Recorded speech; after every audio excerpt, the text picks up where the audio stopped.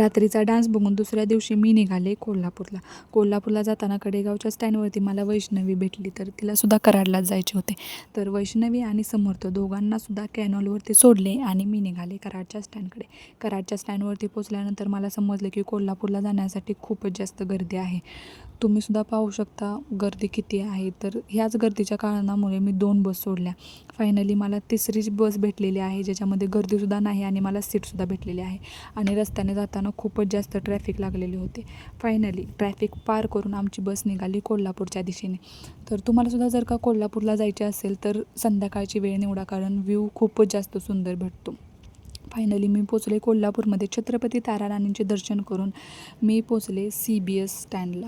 CBSवरून मला जायचे होते रेल्वे फाटककडे. तर त्याच दिशेने मी निघाले आणि तिथला रस्ता बघून मला खूपच जास्त आनंद झाला, कारण रस्त्याचे काम पूर्ण झाले होते आणि रस्ता खूपच सुंदर दिसत होता.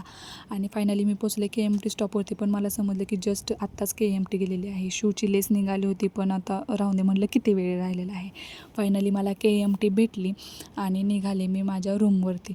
आणि रूमवरती पोचल्यानंतर मम्मीने दिलेले चपाती आणि भाजी खाऊन माझा झाला दिवसाचा शेवट.